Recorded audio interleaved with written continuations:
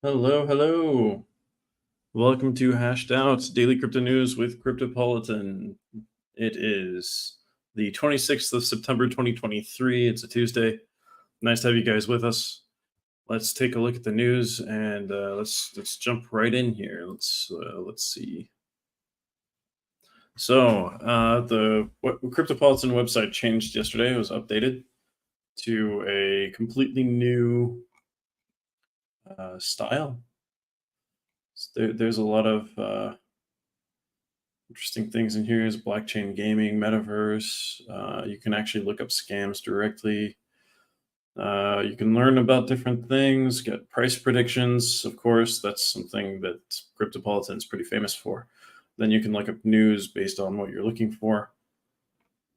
There should be a whole part about AI as well.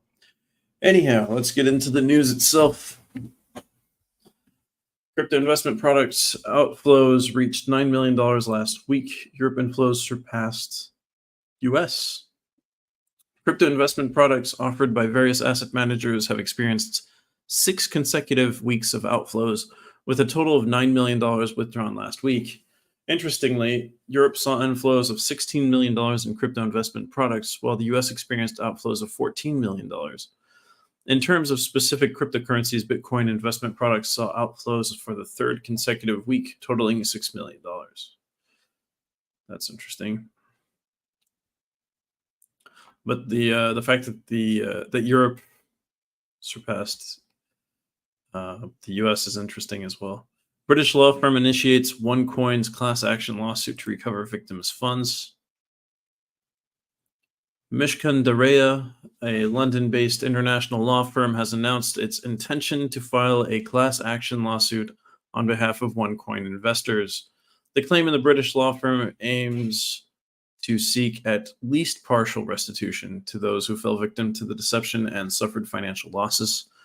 Ruja Ignatova remains at large, featured on the FBI's top 10 most wanted list with a $250,000 reward. If anybody in the chat knows where they are and wants me to contact the authorities, you can reach out and we can split the 250K. I'm kidding. Not really my main focus in life. But hi, Binance user 8BB9A and Binance user 8E255. Nice to have you guys join us. All right, HTX Global faces $7.9 million loss in major security breach.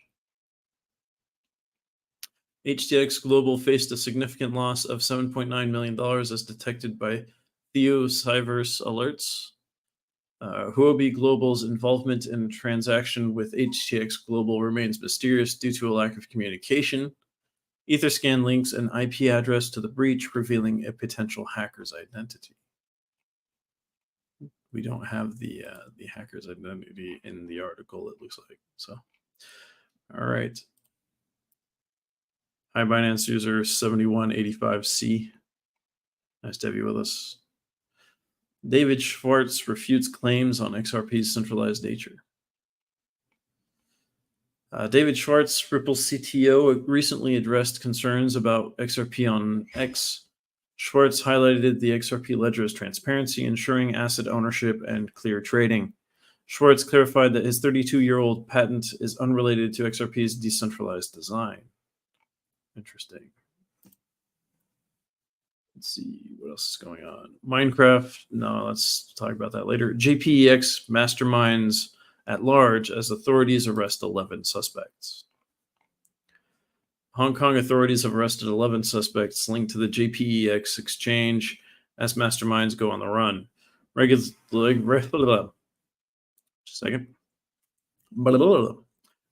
oversight and the vulnerability of investors. We'll see how that goes. Bitwise strengthens Bitcoin ETF application amid SEC concerns. Let's take a look. Bitwise Asset Management has strengthened its application for a Bitcoin ETF with new something. A key disagreement revolves around Bitwise's reliance on traditional price discovery criteria. Bitwise asserts that the scarcity of data validates its claim that the CME Bitcoin futures market is essential for price discovery. Let's see how that goes. It's interesting. I'll tell you that much.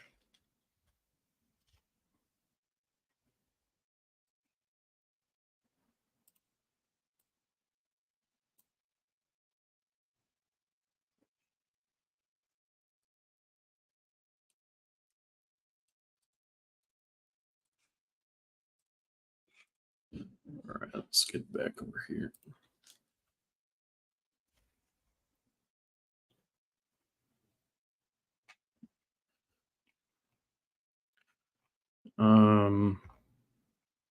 Inscriptions frenzy causes congestion on the Bitcoin network.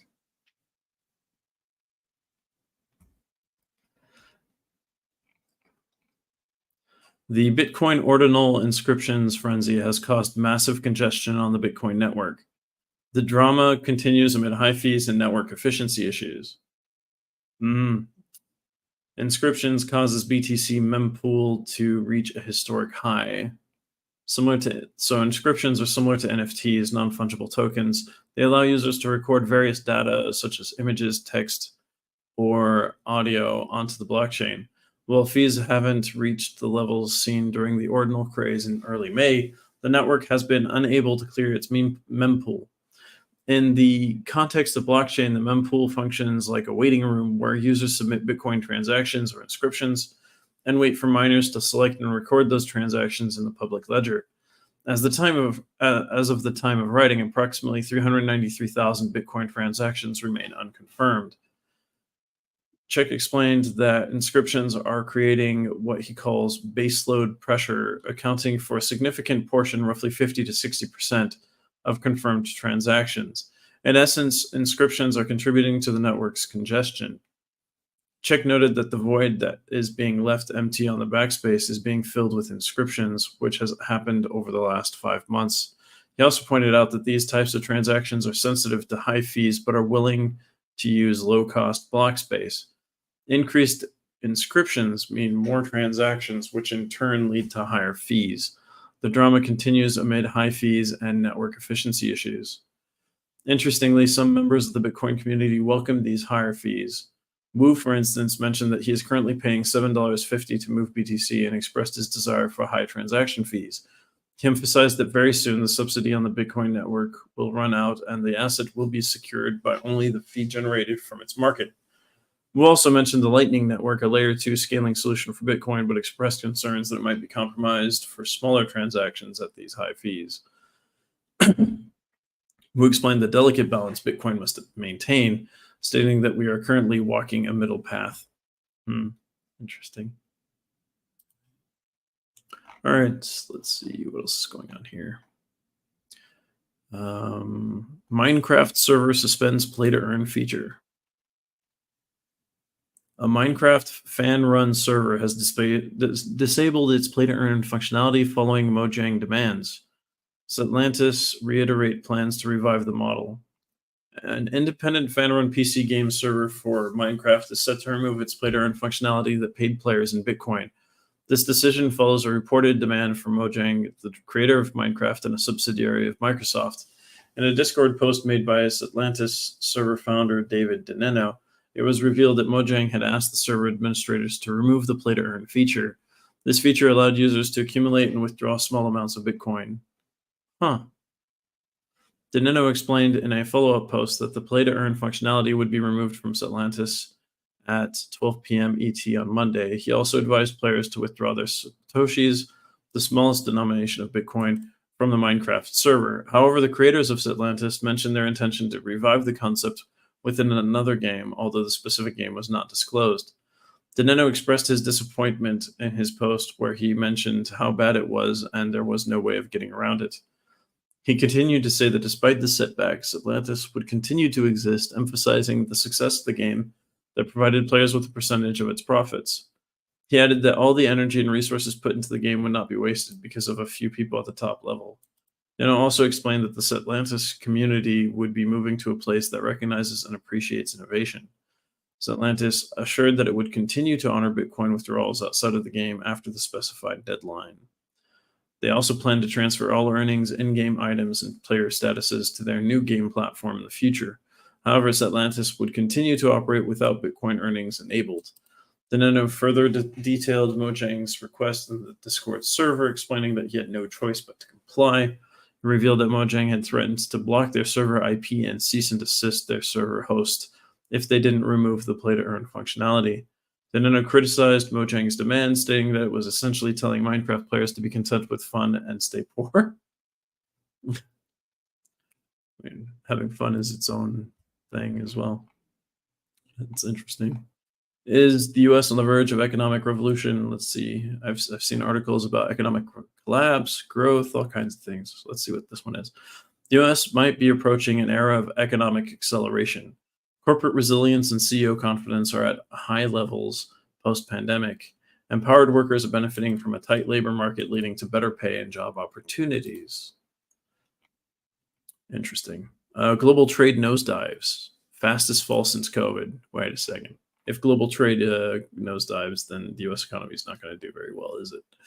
July's data is revealing global trade volumes shrunk by staggering 3.2% compared to the same period from the previous year. This isn't a mere hiccup or a solitary data point. It's the most significant plummet since August 2020. The World Trade Monitor, an analytical tool from the Netherlands Bureau for Economic Policy Analysis, adds to this gloomy narrative with its June data showing a 2.4% contraction.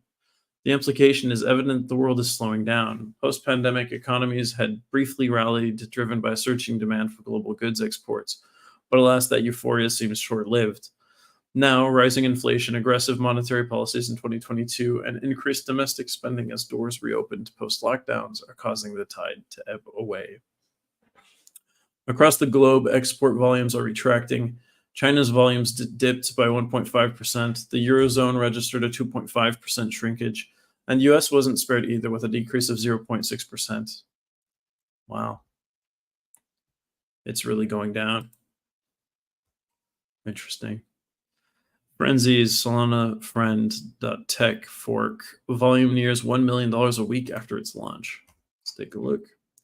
So Frenzy from Solana has generated almost $1 million in volume since its launch less than a week ago.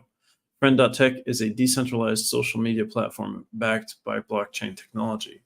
Friend.tech had warned its users from using copycat versions of its platform. The move has been met with heavy criticism from the crypto community. Friend.tech is a decentralized social media platform backed by blockchain technology. According to data from Dune, the platform's weekly volume has flirted along the $2 million mark for the last 2 weeks. Friend.tech, which is slowly making a comeback after its dump in August, was launched on August 11th. The platform, declared dead in late August by the crypto community on X, has seen a surge in deposits and activity in the past few weeks. The Frenzy spokesman stated that the Solana fork intends to dissociate itself from Friend.tech by offering more features other than chat rooms, as this would ensure it maintains its price curve.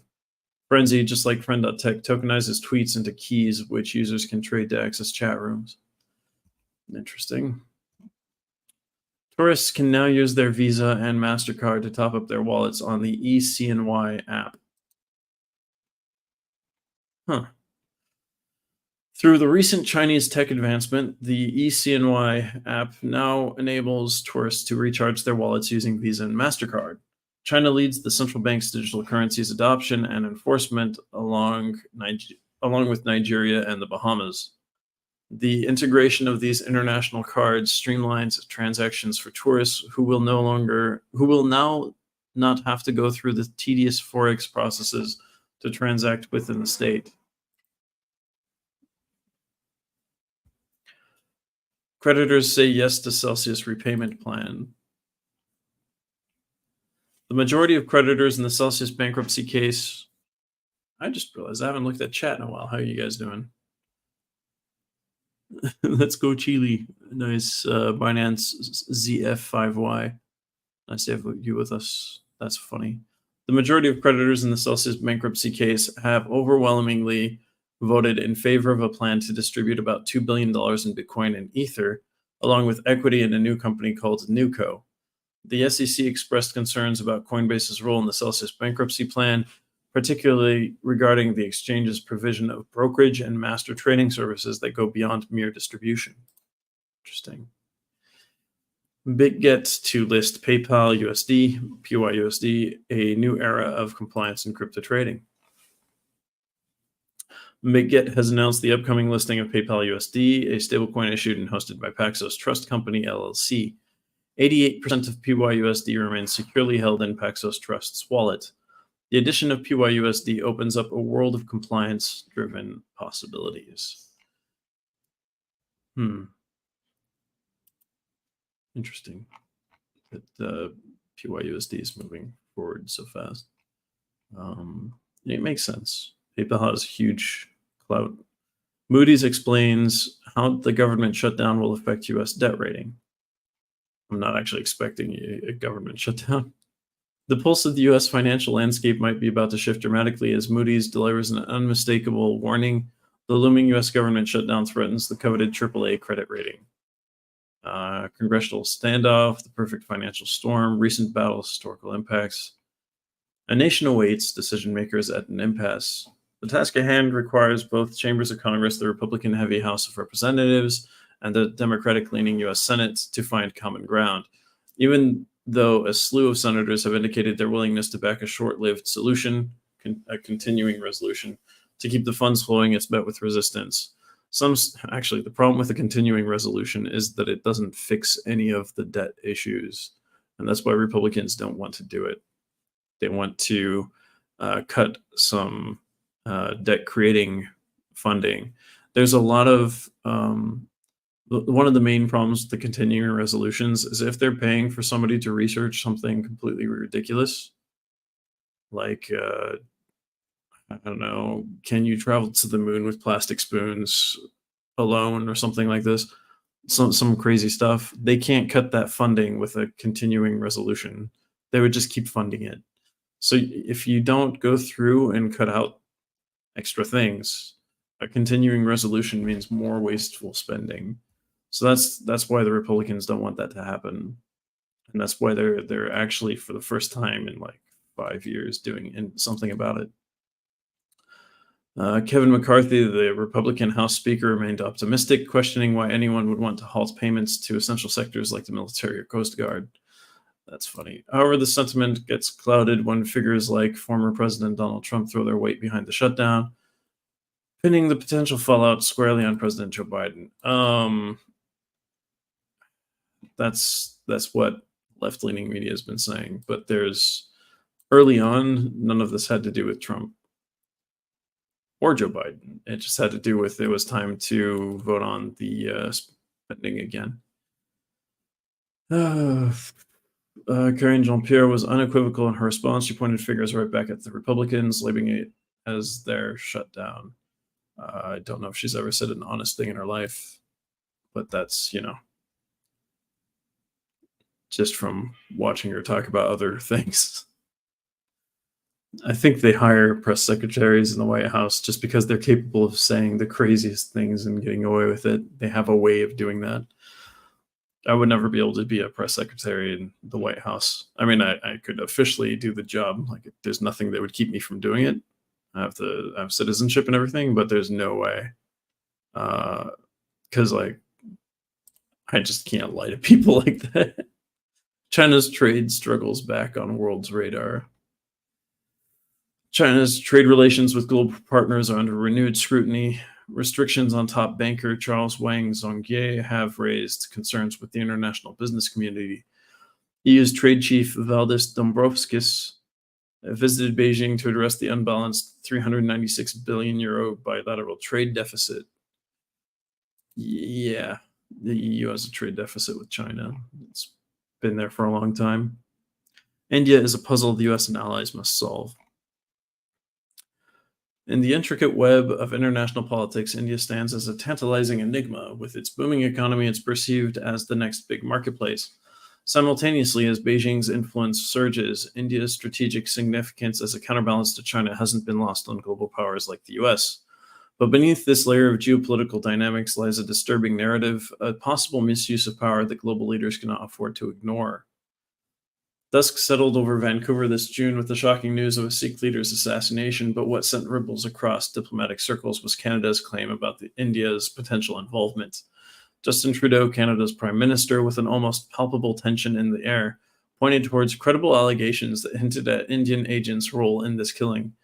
The weight of such an assertion isn't lost on anyone. From Tokyo to London, questions are being raised. India's vehement dismissal of these allegations as absurd might have been expected, but what's intriguing is that behind closed doors, global leaders, including US President Joe Biden, brought up these concerns with Narendra Modi at the G20 summit. One must wonder, is the world seeing the real cost of turning a blind eye to certain aspects of Modi's past? Once Modi, the Hindu nationalist leader, was denied a US visa due to concerns over religious freedom violations. Fast forward a few years and he's greeted with grandeur and global capitals from Paris to Washington. Clearly, in the shadow of the giant that is China, many previous reservations have been conveniently shelved. But as any strategist worth their salt knows, ignoring potential problems often leads to future complications. Realpolitik, or morality of fork in the road. Saudi Arabia, despite the grotesque nature of the allegations, finds itself back in the good graces of Western powers. It's almost after the Jamal Khashoggi murder. Here's this incident, but yeah. It's almost as if amnesia grips international relations when enough time elapses. True. However, adopting the strategy with India might be a miscalculation. If indeed New Delhi had a hand in the events in Vancouver, turning a deaf ear, merely hitting the pause button on diplomatic niceties, could send a dangerous message that India can act with no repercussions. Well, I mean, China was blackmailing or threatening a member of Canadian Parliament, and Canada did nothing about it. So if China can do things without repercussions, why can't India? This not only emboldens the belief held by powers like China and Russia that the West can be hypocritical about, but also risks alienating nations in the developing world. There's no denying that foreign policy is complex, often a balancing act between interests and values. But there are moments when a clear stand based on principles becomes imperative. And now might be such a time. It's incumbent on Canada to lay out its evidence transparently. Dancing in the shadows isn't an option. The leader of the opposition, Pierre Poilievre, actually asked Justin Trudeau to reveal the evidence because they hadn't seen it in order to see if it made sense to come to that conclusion. So as far as I can tell from what I've seen recently, only Trudeau and his close-knit like core team have seen this evidence. Hi, Monko Kobilongoni 1993. Nice to have you with us.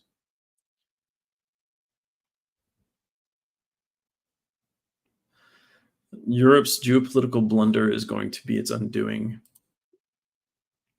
Which one? Europe is making strategic miscalculations, jeopardizing its historical influence.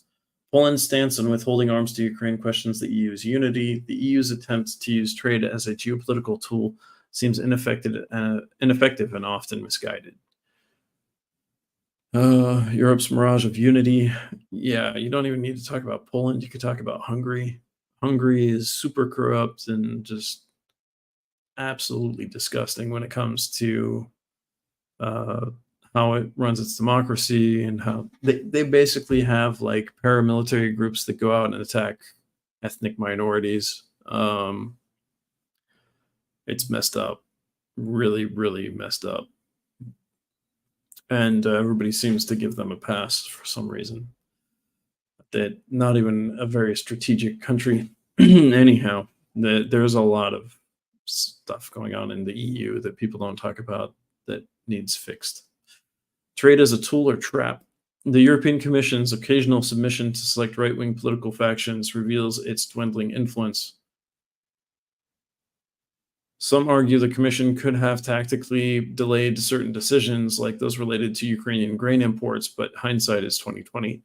The lingering question remains, has this recent debacle deterred the EU from utilizing trade as a strategic instrument in the future?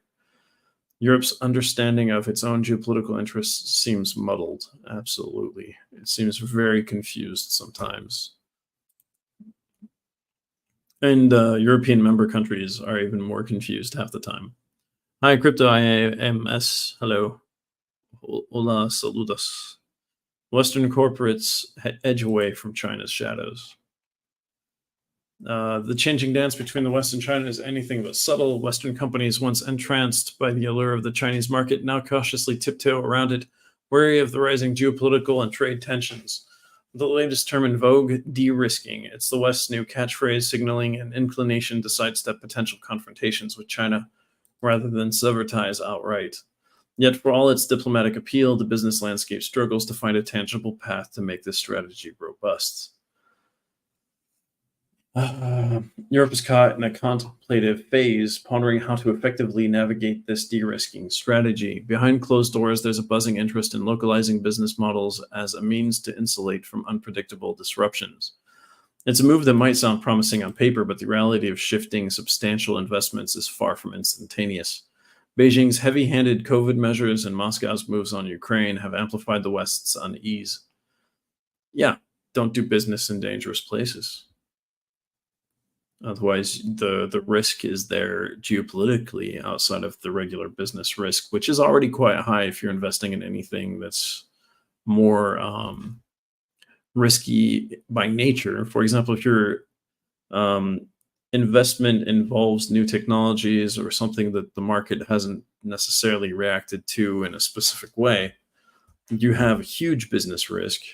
That's the case with startups in general as well. So if you're investing in those, but if you're doing it in a country where the government can turn around and destroy everything you've been working for at the drop of a hat, suddenly make some rule and push it, that's an extreme added risk that's just not worth it. And I've been looking at this way for years because I studied history and economics. Um, and it just doesn't make sense to trade with people that hate your guts or that want to steal um, your research and development methods or anything like that. It just doesn't make sense. So US firms are mulling over reducing their Chinese footprint, with 12% already having relocated their sourcing and another 12% deliberating to move. So we're at 24% American withdrawal from China. That's crazy. A European Chamber of Commerce survey reveals that while 11% of European enterprises have shifted investments away from China, another 22% are contemplating such a move. So we have 33% of Europe's investments and companies looking at leaving China, and 24% of American businesses looking at leaving China. That's a quarter and a third. That's huge. This is what happens to countries that want to do this sort of thing. Right now, you can still sell your stocks in China if you're a foreigner, or your investments over to somebody else. That's hasn't been the case in Russia since February 2022. Anybody who bought stock there as a foreigner, their holdings are frozen. They can't sell them. And the reason is the Russian government wanted to keep the stock market high, so it didn't look like they'd made a mistake or that something was wrong. If not, the stock market would have crashed with maybe anywhere between 20 and 80% of the stock market value as a whole just melting away. So yeah, don't invest in dangerous things. This is not investment advice. It's just common sense. Don't take unnecessary risks. That's for driving too, by the way. I see people here taking unnecessary risks all the time. Auto giant Volkswagen, heavily reliant on China for its profits, has poured a whopping 4 billion euros into the country recently. Interesting. Simultaneously, companies like German's Merck are gearing up to enhance their Chinese supply chains to cut down on outside dependencies. So their move, so this is about Volkswagen again. Their move signifies a shift towards more autonomous operations in China, transforming it into a secondary nerve center for the global conglomerate. And then there's the tech terrain. With export sanctions on high-tech equipment from countries like the US, Netherlands, and Japan, certain Chinese clientele are leaning into products devoid of foreign components. This insulates them from future punitive measures. Companies like ST Microelectronics are tactically realigning their organizational structures, seemingly readying themselves for potential separations of their China operations. It's not all about hardware and investments either. The digital realm is shifting as well. With Beijing's rigorous data policies and global trepidations over data breaches, Western companies are now setting up China specific IT infrastructures, effectively turning the country into a unique, isolated market. I mean, that's what it's been for a long time. It's been extremely isolated, especially tech wise. The Great Firewall of China, if you've heard of that. Hi, Yasin Khan 520. I actually had to do tech support on a software as a service product in 2018. In that was in China. Most of the times when I would try to log in to the or connect to the server, go to the address for that, I just had a white screen. I just couldn't get through, and so I couldn't fix the clients' problems with their Chinese users. We had to hire somebody in China that would do all the work from there, so they could have access all the time. It was pretty difficult. It's also one of the reasons why I left the company is I didn't want to deal with that. Lessons we should all learn from SBF's parents. Don't be a lawyer who pushes for illegal things. Parents often find it difficult to view their adult children as independent, potentially harming their professional image. The rise of power couples means more children benefit from established parental networks, creating an uneven playing field. Research suggests individuals are likely to pursue professions similar to their parents, impacting social mobility. Yes, that's kind of natural. You kind of gravitate towards the things you know, unless you know you want to do something else. So for example, I don't do anything my parents would have done because crypto wasn't a thing when I was born. So yeah, social mobility depends a lot on the individual. Binance and MUFG collaborate to pioneer stablecoin launch in Japan. Binance partners with Mitsubishi UFJ Financial Group, MUFG, to introduce stablecoins pegged to major currencies in Japan by 2024. Despite facing regulatory scrutiny in key global markets, Binance continues its expansion, recently resuming operations in Belgium and clarifying its stance on European stablecoins. Fascinating.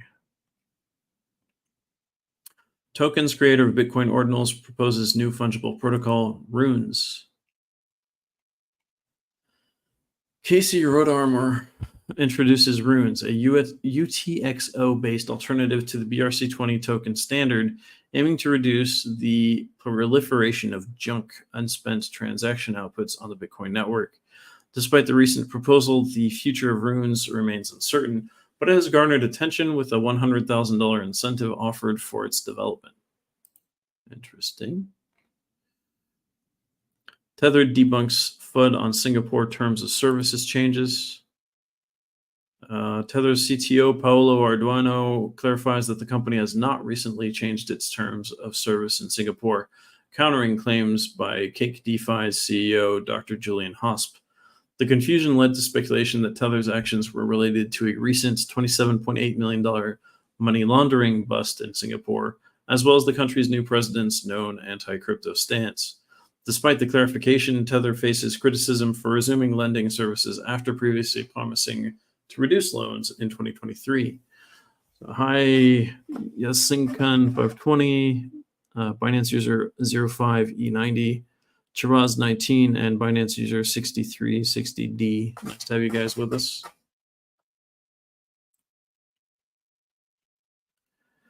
Binance Academy sees surge in crypto education. Emerging markets take the lead.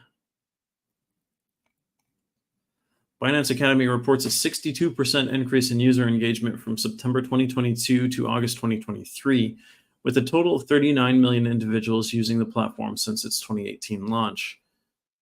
That's a lot. The most popular educational topics on Binance Academy for 2023 include the metaverse, Bitcoin, crypto wallets, and candlesticks, while interest in NFTs has declined. Binance Academy has expanded its educational outreach, collaborating with over 180 universities in 2023, more than doubling its partnerships from the previous year and attracting over 15,000 students worldwide. Interesting. So hitting those universities pretty hard. Gemini's bold move, a major INR 200 crore investment in India's tech landscape. Gemini is all set to invest 200 INR, so Indian rupees, crore, about 24 million USD, in India over the next 2 years, following the launch of its technology development center in Gurgaon. Gurgaon. Yeah, that sounds right. The investment underscores India's growing importance in the global tech arena and Gemini's vision to harness the nation's vast technological potential. Interesting. Gemini looking into India. We talked about India earlier, so it's interesting that there's a lot going on there. Taiwan's financial watchdog announces stringent guidelines for crypto services providers. The Financial Supervisory Commission, FSC, of Taiwan has unveiled a comprehensive set of guidelines for virtual asset service providers. Crypto platforms are required to establish clear review standards for the listing and delisting of virtual assets. Taiwan has been steadily progressing in the regulation of virtual assets and AML compliance. It's interesting. So let's see if there's anything else that came through while we were looking at this. Nope. Let's look at CoinMarketCap.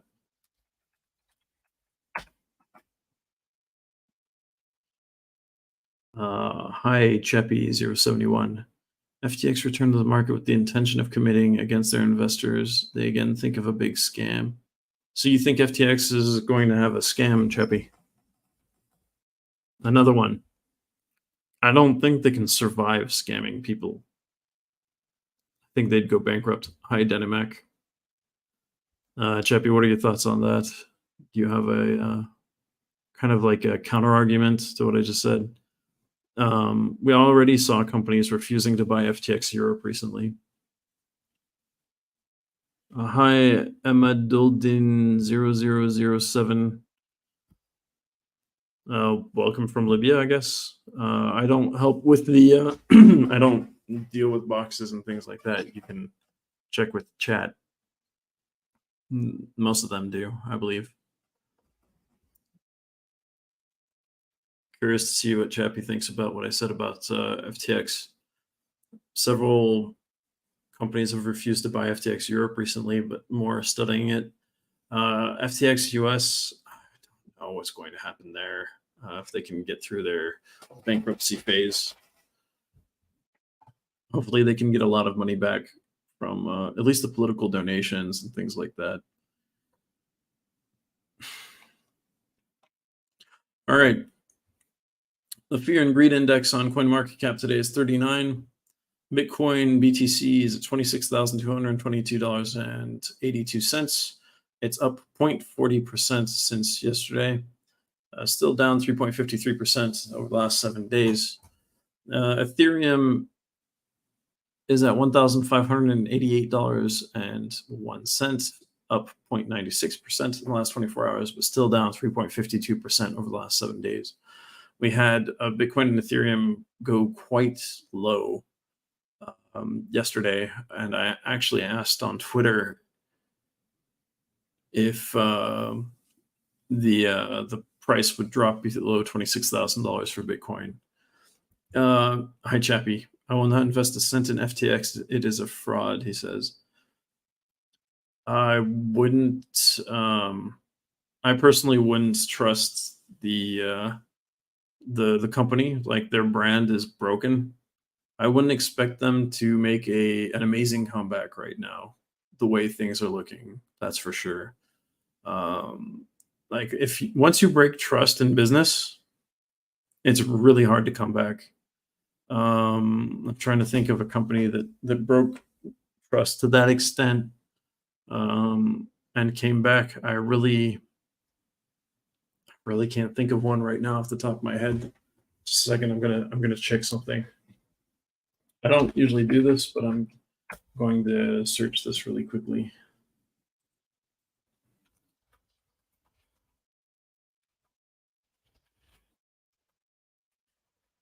Companies.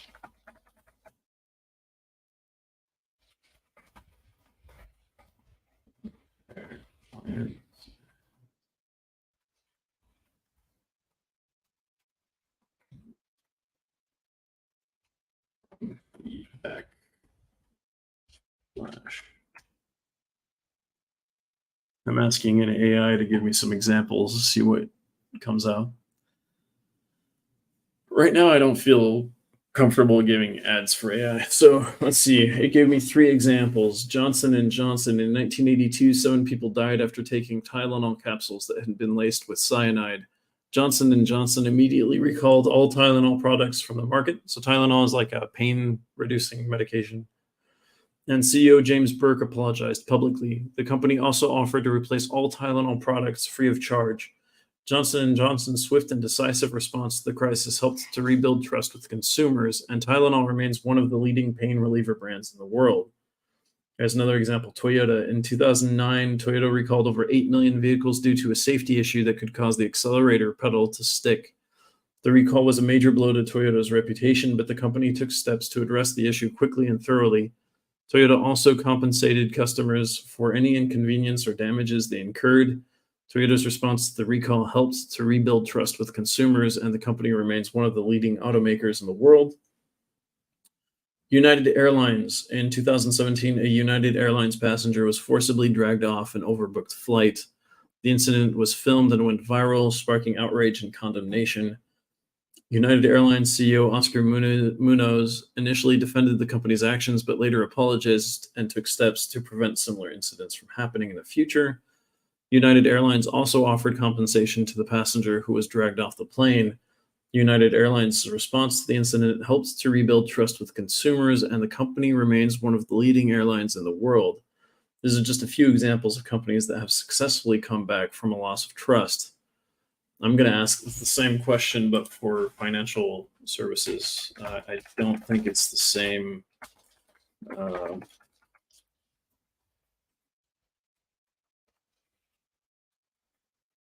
Financial services or crypto related companies.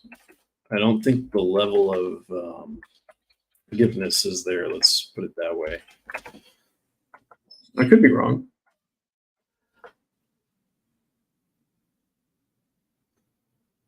It's loading. Let's see what it says. Wow. 3 examples of financial services, crypto-related companies that lost the trust of their clients and came back from the backlash. I actually do have 3. MTGOX in 2014, I think it's Mt. Gox. A Japanese cryptocurrency exchange filed for bankruptcy after losing over 744,000 bitcoins in a hack.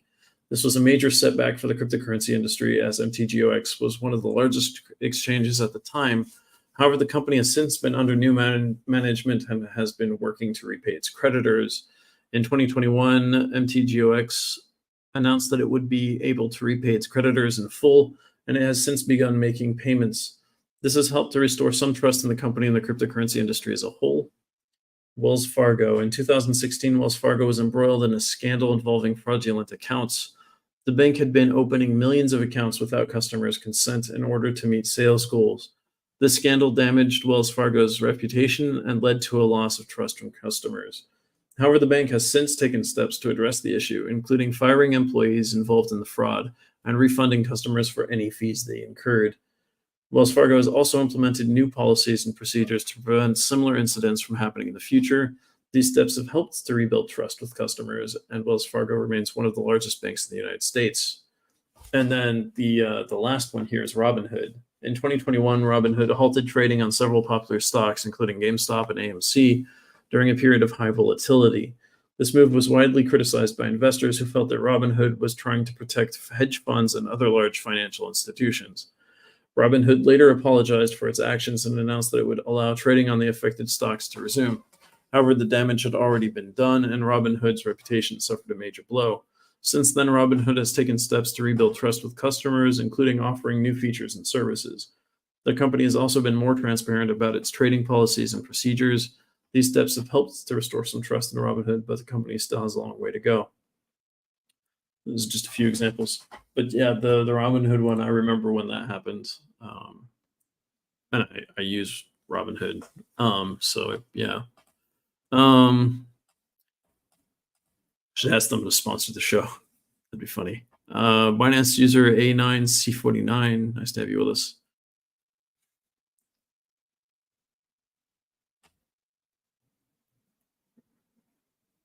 So Chappie071 says FTX seeks a new financial blow to its creditors is coming.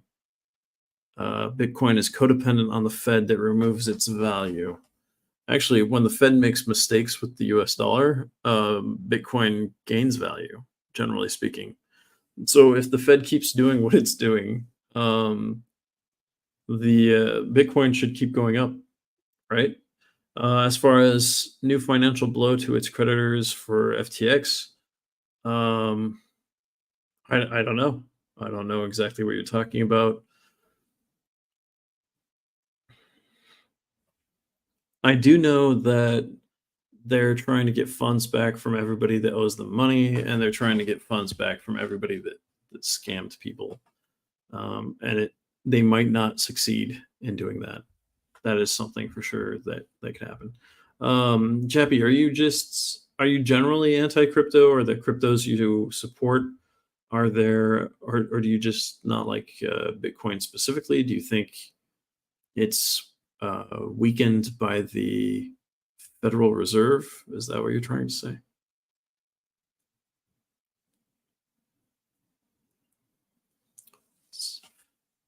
I actually love having conversations like this, just so you know. Like, I'm curious as to like what your thoughts are and where you're coming from and what you think about this.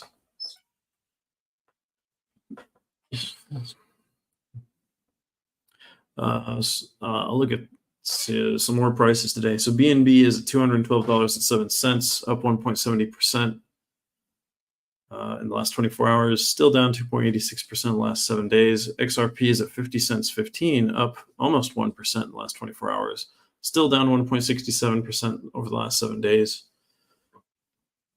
Cardano's ADA is up 0.078% to 24 cents 58.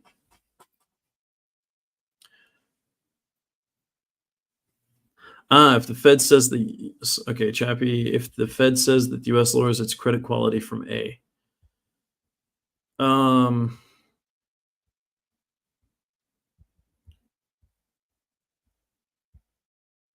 so I'm not sure what it's not the Fed that decides the credit quality.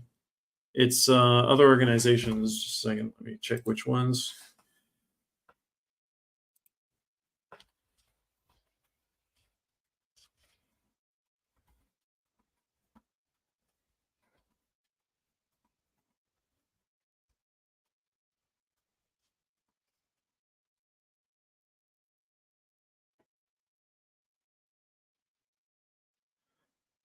Getting a list right now.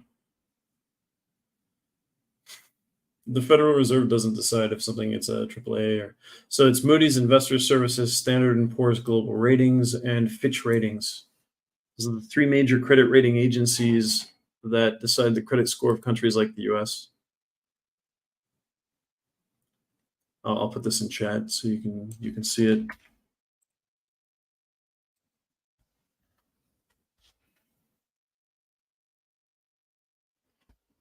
Hi, I'm Mustagan M 27DZ. Bitcoin disappears from the monetary orbit and rises another. Oh, it won't actually let me post my whole thing. Okay. I'll have to do them individually. The Fed doesn't have much control over these places. So Moody's Investors,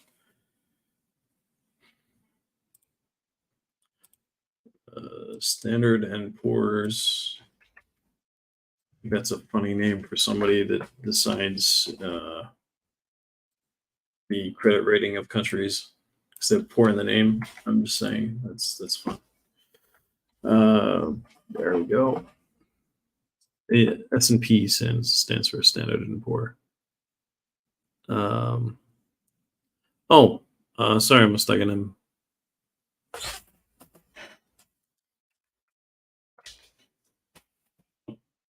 Sorry, I posted that twice.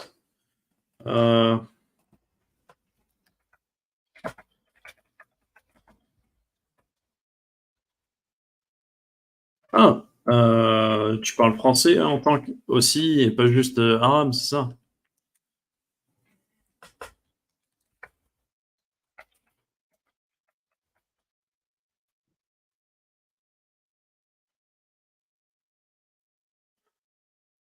He said, "I speak Arabic of France." L'arabica, c'est un type de café. Arabica is a type of coffee, is what I said. There's Arabica and Robusta. Robusta is the strong stuff. Can't drink it; it's too strong for me. Arabica is the milder one that most people drink.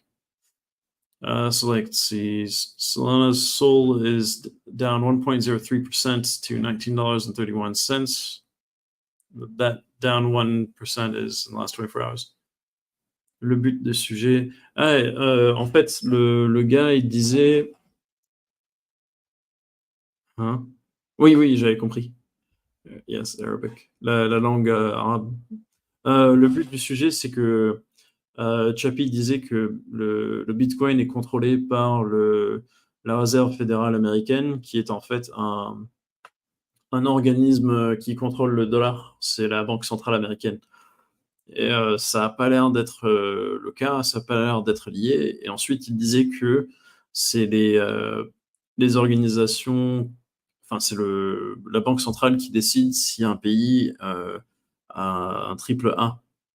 Donc, s'ils sont bien vus ou pas. Et en fait, c'est trois organismes indépendants qui font ça, qui sont tous américains, je pense. Il y en a peut-être un qui est anglais, mais dans tous les cas, ça, c'est pas lié, donc ça n'a pas l'air d'être le cas non plus. J'essayais de comprendre en fait de quoi il parlait. Sinon, l'émission là, c'est pour parler des informations par rapport à la crypto-monnaie. Et donc voilà, c'est un peu le but. Je parle pas assez arabe pour tout vous raconter en arabe. Est-ce que c'est bien pour la crypto ou pas? Disons que le plus les pays font des conneries avec la monnaie traditionnelle, donc la monnaie fiat, le plus les gens vont mettre leur argent dans la crypto. So, Mustaganem 2070Z asked, "Is it good for crypto or not?" And I said, basically the more governments make mistakes with fiat currency, the more people will throw money into crypto, and the less people trust governments, the more they'll put money into crypto. Et aussi, le moins ils ont de confiance dans les gouvernements, le plus ils mettront d'argent dans la crypto. Du coup, pour les cryptos, c'est plutôt bien pour l'instant, à court terme. À long terme, c'est dur à savoir. Pas de souci, aucun souci. Je parle pas assez arabe pour dire la même chose en arabe, mais vu que je me suis dit autant il parle français ou russe ou un truc comme ça, je peux lui expliquer. Il n'y a pas de souci du tout. Don't hesitate to like and subscribe. If you subscribe, you'll see notifications when we're live. N'hésite pas à souscrire hein, si jamais il y a une question ou quelque chose à raconter. Il n'y a pas de souci. On peut parler en français aussi le temps qu'il faut. I can switch from English to French whenever, and I can say some things in Russian if necessary. I can understand some. I can read some other languages, but I can't speak them. I won't be able to make a sentence. And if necessary, I can always use like AI or translate. Ah, merci beaucoup. Thanks for the follow, most. All right. Let's look at the biggest losers and biggest winners. So the biggest winners, look at the ones that are making more than 2.5% in growth in the last 24 hours, are Maker MKR with 4.57% up in the last 24 hours. That's $1,336.46. Frax share FXS is up 3.76% to $5.78. GMX is up 2.85% to $34.97. So the biggest uptick is 4.52%. Let's see what. Oof. I'll do anything that's down above 3%. Immutable IMX is down 5.11% to 57 cents 95. Compound COMP uh,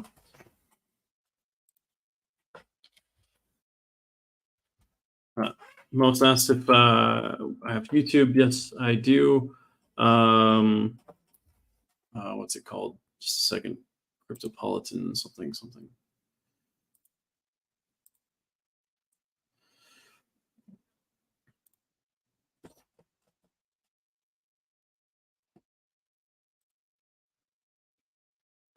Yeah, it's just Cryptopolitan.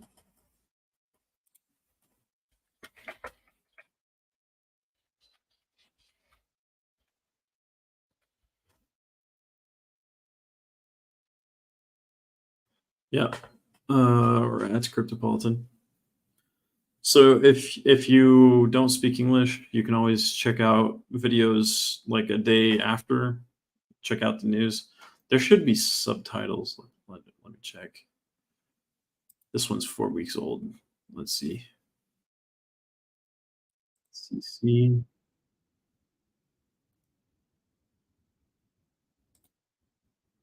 And then set. Should be able to switch languages here. Auto translate to I don't know, Esperanto.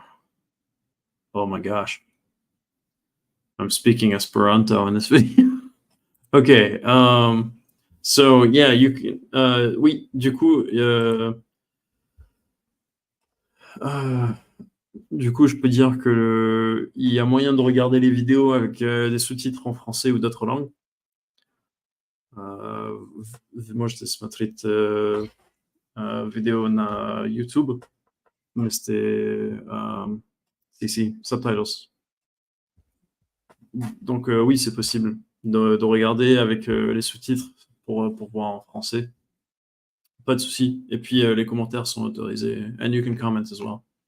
So that's Cryptopolitan's YouTube. Don't hesitate to subscribe to that as well.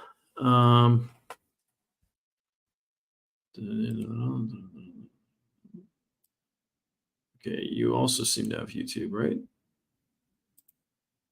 The U.S. economy is a lie financed by the Fed, says Chappie071. The U.S. economy is older than the Fed, so that doesn't make any sense.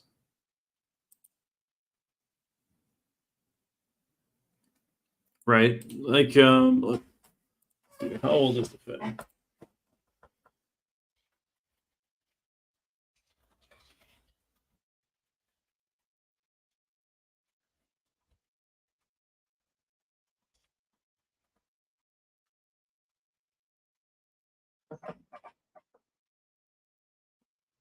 Like, I don't remember the exact date.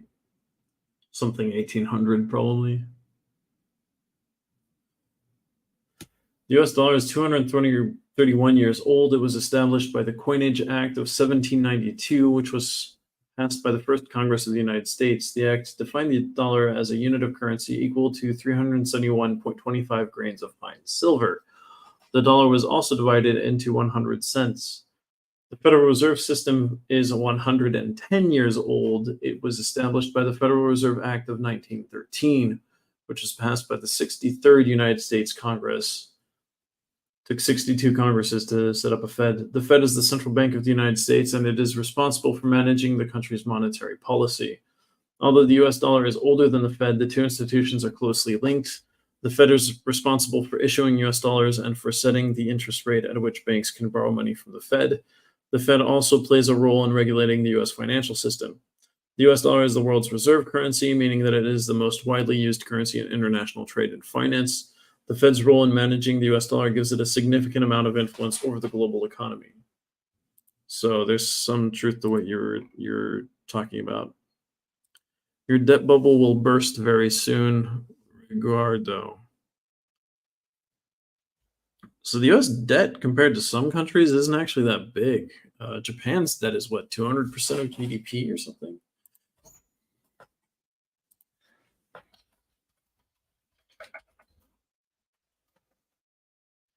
What countries have the- okay.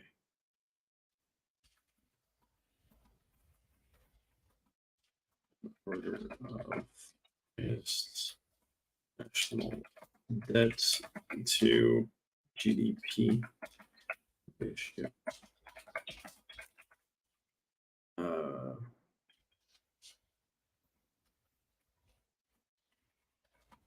And GDP.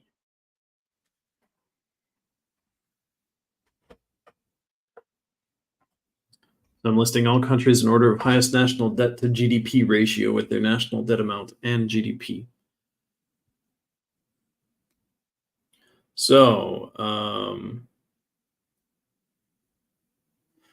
the most indebted country in the world is Japan, with 229.14% of its national debt to GDP ratio, which means its debt is 2 1/3 the size of its GDP. China is number 2 with 169.66% debt to GDP ratio. And Italy is number 3 with 140.79%, so national debt to GDP. And then you have Russia with 120.79, and then the United States with 120.68. If Japan hasn't had a collapse because of their debt, and China hasn't had a collapse because of their debt, and Italy hasn't had a collapse because of their debt, and Russia hasn't had a collapse because of their debt, there's no reason why the US would have a collapse yet. So the national debt in the US is $30.58 trillion. The GDP is $25.34 trillion. The closest GDP to the US is China's $17.73 trillion, but China's debt is $30.08 trillion. So that's an interesting thing. I've looked into this before actually, and I just wanted to have the numbers.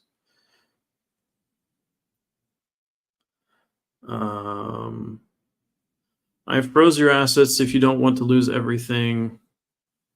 The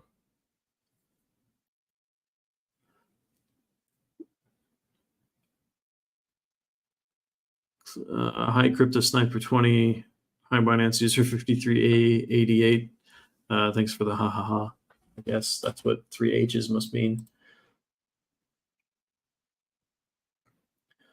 By the way, there's a whole list of countries that have more than 100% of their GDP in national debt.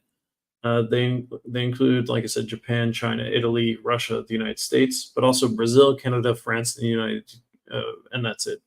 Afterwards, you have the United Kingdom, India, and Germany, but they're below 100% of national debt to GDP. So if any other country used a percentage of their entire country's revenues to pay off the debt, they could pay it off. But for Japan, China, Italy, Russia, the United States, Brazil, Canada, and France, they would have to work over a year without any income to pay off their debt. But they keep raising taxes without paying off the debt. Then do not regret the cryptographic losses.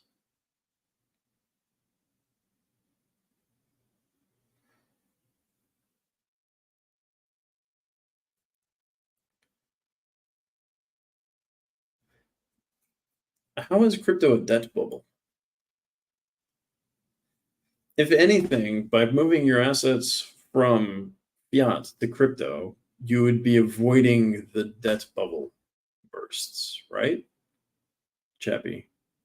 Correct? Does that make sense?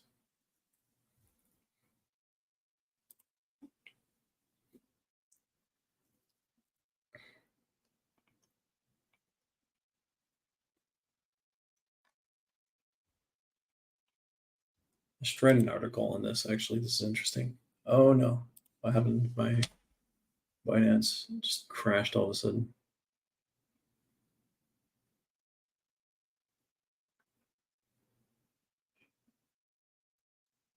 Okay, I missed any message that came in the last maybe 30 seconds or 1 minute because I got disconnected somehow.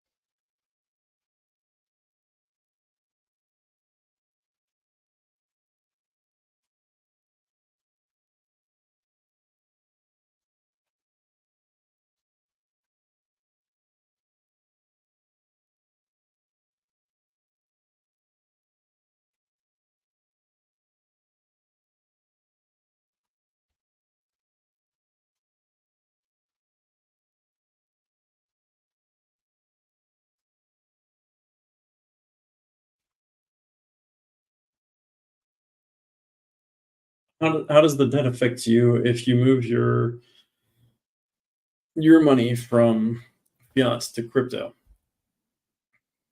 If there's a debt collapse or there's hyperinflation, actually most countries with hyperinflation, the people are moving their money from fiat to crypto as much as they can.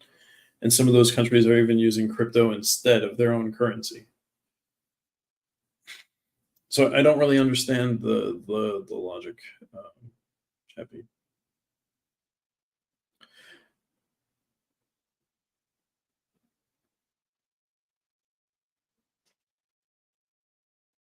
Hi, Jamunda NFT. Nice to have you with us. I don't know if Chappie's still there or if he can hear me or not, or if he's jumped off. There's a delay between what I say and what happens in chat. Not only the delay of what amount of time it takes to type, but there's also maybe a 1 minute delay as far as you hearing me. The Fed feeds on world cryptocurrencies. Make the Fed sound like a spider and cryptocurrencies sound like flies. Let's see.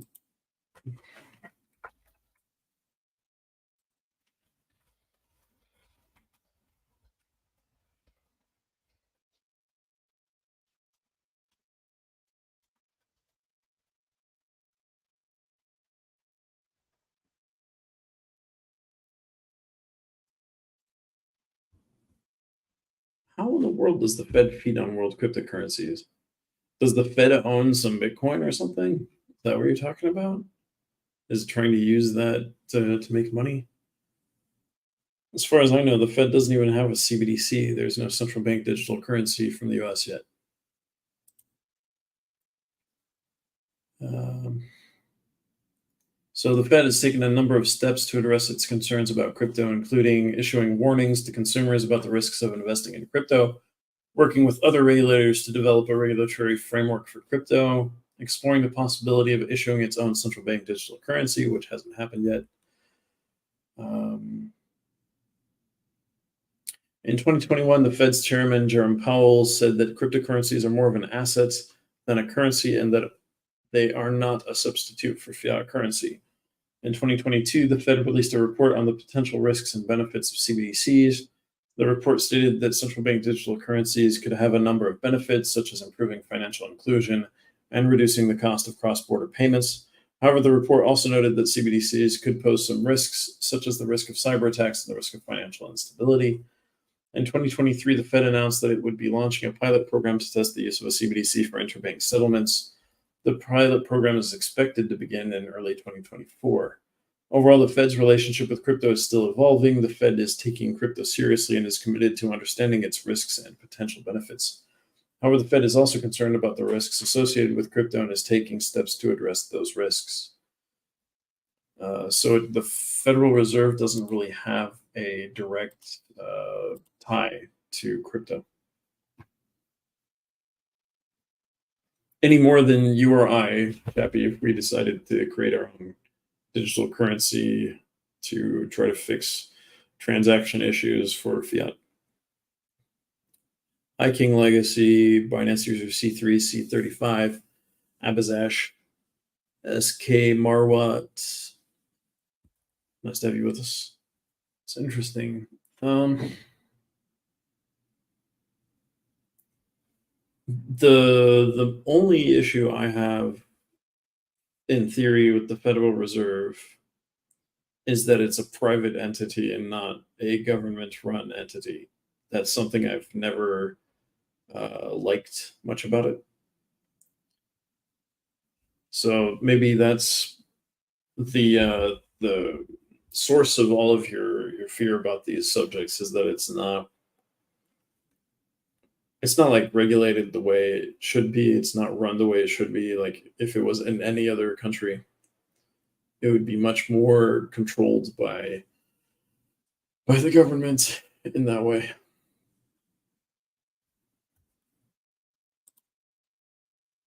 But I also don't like how the central bank in Europe works. That's why the dollar as such is not devalued. It's all a scam. So when the dollar is such as not devalued, it's all a scam. Okay. So if the dollar is a scam, which compared to some currencies, it could be worse. I guess you could, if you're comparing scams to each other, that doesn't really matter. How about ETH?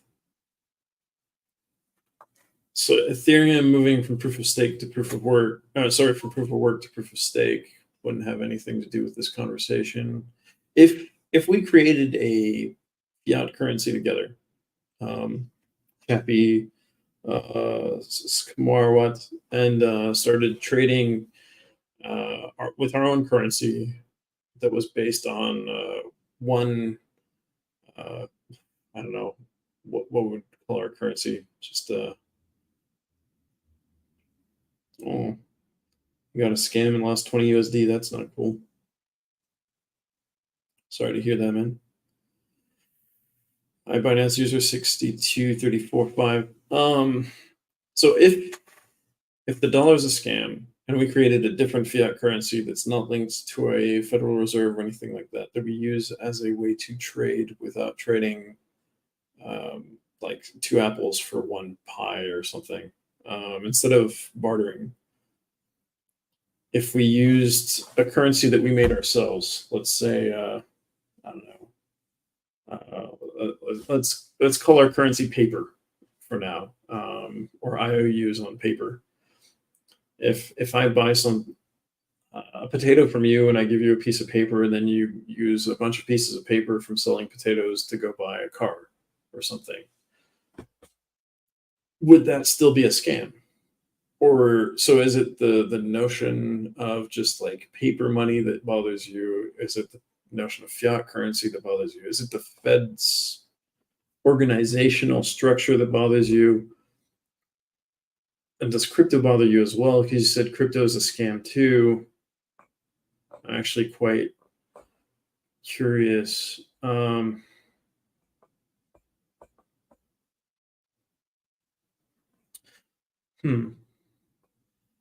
Because you can turn anything into a scam, I guess, in a way.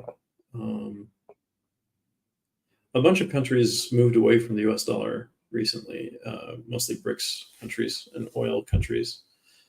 But that doesn't mean the dollar is gone or devalued or anything.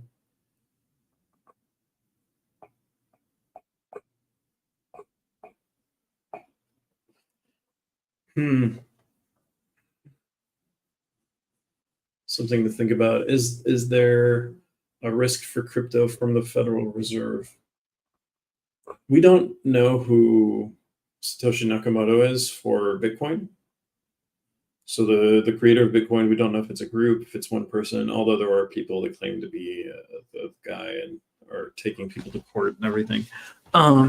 We have no idea. And so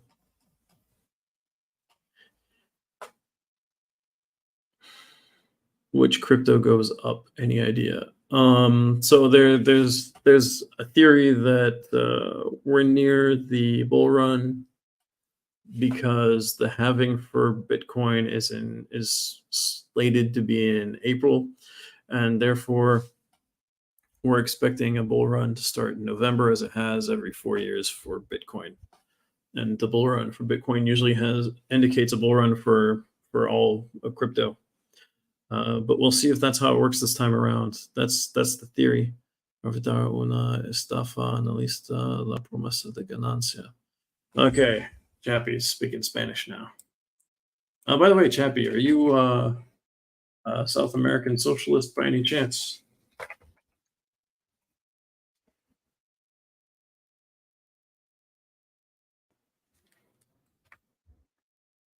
Avoid an analyst scam the promise of profit.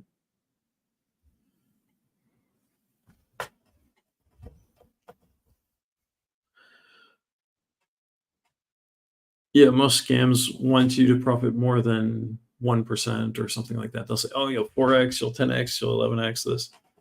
Well, es una estafa. Yeah, if it's more than 2%, it's probably probably a scam. I actually agree with that. If they promise you more than that. Yeah, if it exceeds 2%, it is a total scam, he says. Yeah, I would agree. Most of the time that's the case.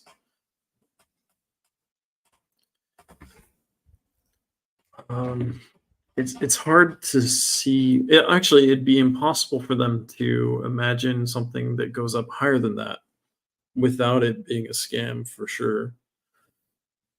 Or they can say we believe it's going to go higher than that, but they can't say it's going to go higher than that if it's not a scam. Like we believe we're going to make money off of this, or it's going to explode, or whatever. That doesn't mean anything. Um, yeah, it's one of those things. So, Chappie, which country are you in? Like, is your central bank horrible? I'm guessing you're in Argentina or something, right?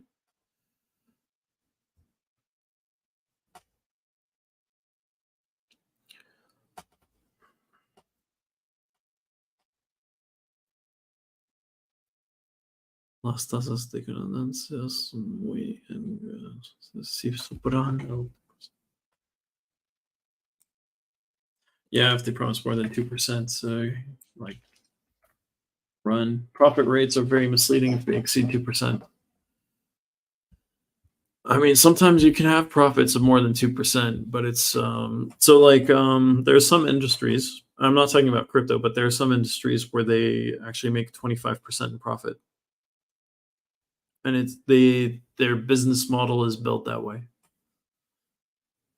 But they obviously then they have to share that with the profit they have to pay salaries with, and then they have to pay.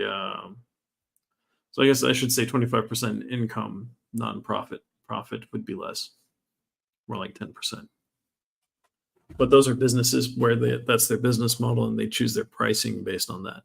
It's very difficult to set up a cryptocurrency with an inbuilt business model to where it's going to make at least 10% or 3 or 4%. It's super difficult to do that.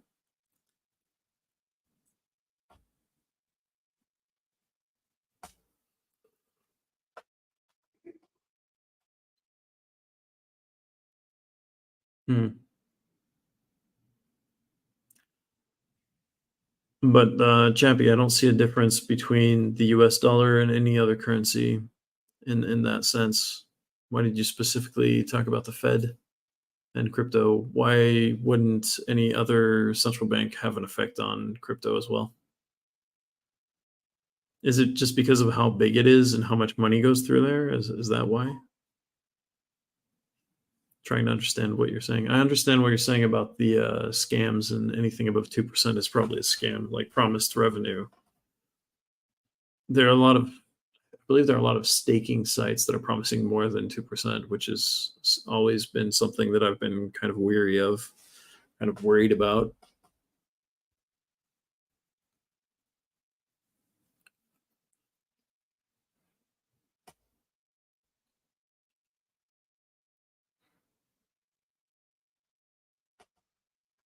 I might actually write an article about national debts and central banks, and how do these countries not have issues while they have a debt that's higher than their GDP? That's something I've wanted to look into for a long time. But yeah, I think I'll write an article about that because that's something that comes back all the time when you discuss economics with people, and it's something I remember thinking about when I was in high school studying economics class, and I was wondering just like how in the world can a country have debt over 100% and just not pay back and not care, and it's fine. But there are people who are indebted more than 100%. They own like tons of real estate, for example. They're I think of what's his name, Rich Dad Poor Dad Kiyosaki. Um, he's in debt more than the amount of money he has, but he's in debt less than the amount of real estate he owns. If I remember correctly, it's something like that. So he uses his debt to have more assets, which allows him to get more debt, which allows him to get more assets without actually um, losing money. He lives off of debt. It's kind of weird. but that's real estate mogul way of life, I guess. It's one way of doing it, at least. And I believe I've seen the same thing in France, where some real estate companies buying castles and stuff. So yeah, I'm gonna head out. Definitely subscribe. This is an interesting conversation, Chappie. Um, I'll do some research, and I'd love to talk again. You can actually contact me on Twitter at Philippolitan, which is like just under my face here on the stream. That's my Twitter handle, so you can contact me there. It's on this side, and yeah, start a conversation under the video like this one. It'll be on Twitter as well. Yeah, no problem. It's really cool to talk about actual economics and how different things interact. I think you said some very real things, and I also think you said some things out of fear. Um, but I do believe some of the things you said were true and should be things to think about. Like everybody should try to understand how their money works, whether it's fiat or crypto, and what the risks are. Assessing your risks is super important. All right, really, Gazelle. Thanks for the the support. The yeah. So like yeah, we'll continue this conversation. Let's do it in Twitter if you have a Twitter account, like an X account. Forgetting it's called X now, but the website's twitter.com. Yeah, we can talk about this under this video. It should be streaming right now as well on my Twitter, and I'll probably take a few hours. I have work to do as well. I have to pay the bills. Speaking of money, right? So I'll be doing some work, and then I'll jump on, and we can discuss this over the long term. I think it's very, very interesting. The reason this show is called Hashed Out is that we can discuss things like this and go back and forth. And yeah, I really appreciate you jumping in, saying some of your thoughts and sharing some ideas. And also, thank you, Marwat, for asking some questions and being part of the conversation. Have a great. Today's Tuesday, right? Have a great Tuesday, everyone. And I'll set up the show for tomorrow so you can go ahead and set a reminder for it. Thank you very much. Have a great day. Bye.